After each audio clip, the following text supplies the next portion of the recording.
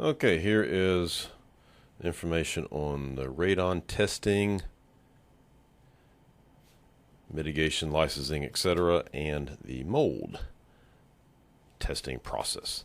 So for the state of West Virginia to be able to do the radon testing or mitigation, either one, do have to be licensed. That is done through the DHHR, the West Virginia Department of Health and Human Resources. Now here's the web page. This is linked in this email. So it's under licensing. Go down, contact information, license holders, training standards. Here's some of the laws related to that. The license applications for asbestos, for lead, for radon, clandestine drug, and then the approved training providers for radon. Asbestos, lead, meth, and radon. And then other providers here as well. This is for the providers themselves, but for the approved training providers themselves, this is where you'd go to reach out and find out their courses and such. And then they follow the licensing process. More information down here, the legislative rule, radon mitigation project, things like that. So just some information, related information on the DHHR site.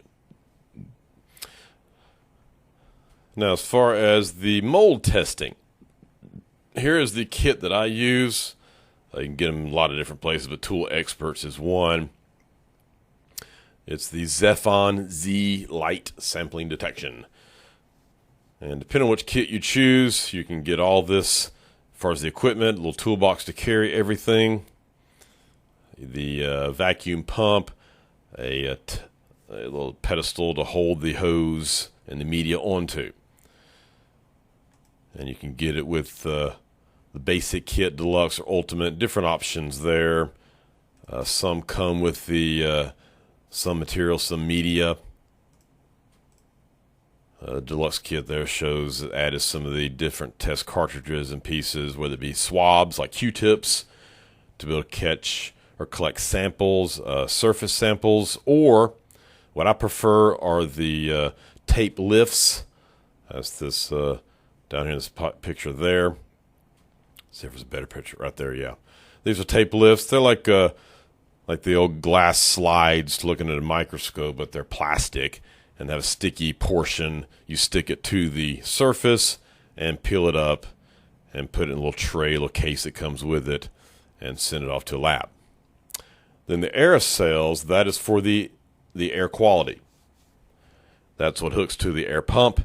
It sucks air through this, catching any contaminants in the air, send all that off to a lab, and then they analyze it and give you a report that you can then forward to your client. So different options as far as the test kit itself. The ultimate kit, and I'm sure what's in that one. It's just more samples, more media to be able to use, but that gets really pricey. Now, actually, I bought one of these kits off of Facebook Marketplace one time for like $200. So maybe go that route. It was very gently used. It was a retiring home inspector, or I think he was getting out of the business or something, but only used it. It looked brand new still. So I got one. It's been a few years now, but certainly do some research and find that. Now, as far as the labs, there's a whole bunch to choose from. We use Priority Lab.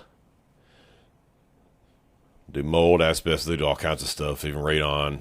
Maybe could go through them for some of the radon equipment for testing, but as far as the mold testing, do use Priority Lab. Used several in the past. Hayes Microbial was another one. I think they're out of one of the Carolinas. Priority Lab, I believe, scrolling down, it doesn't say, but I think they're in Florida. But a lot of different companies out there. You can get some of your media from them too. And there are other equipments, the Breeze test equipment. These are battery powered, whereas this kit here is not. You do have to plug it in. So you will have to have power wherever you're doing the test. You have to bring a little generator with you, or, of course, just use the power there in the home. But again, there are the battery operated one options as well. Be a lot of different labs to choose from. Most of them, all the ones we've worked with, you can send as many media in one package as you can. You use a FedEx envelope. You can stuff it full with whatever media you have, whether it be the aerosols or the tape lifts or the swabs. As long as it fits and ships, that's all you have to do. It's one flat fee for shipping, and then per media, it's a fee depending on whatever that is at the time. I forget what ours is. I'm not sure.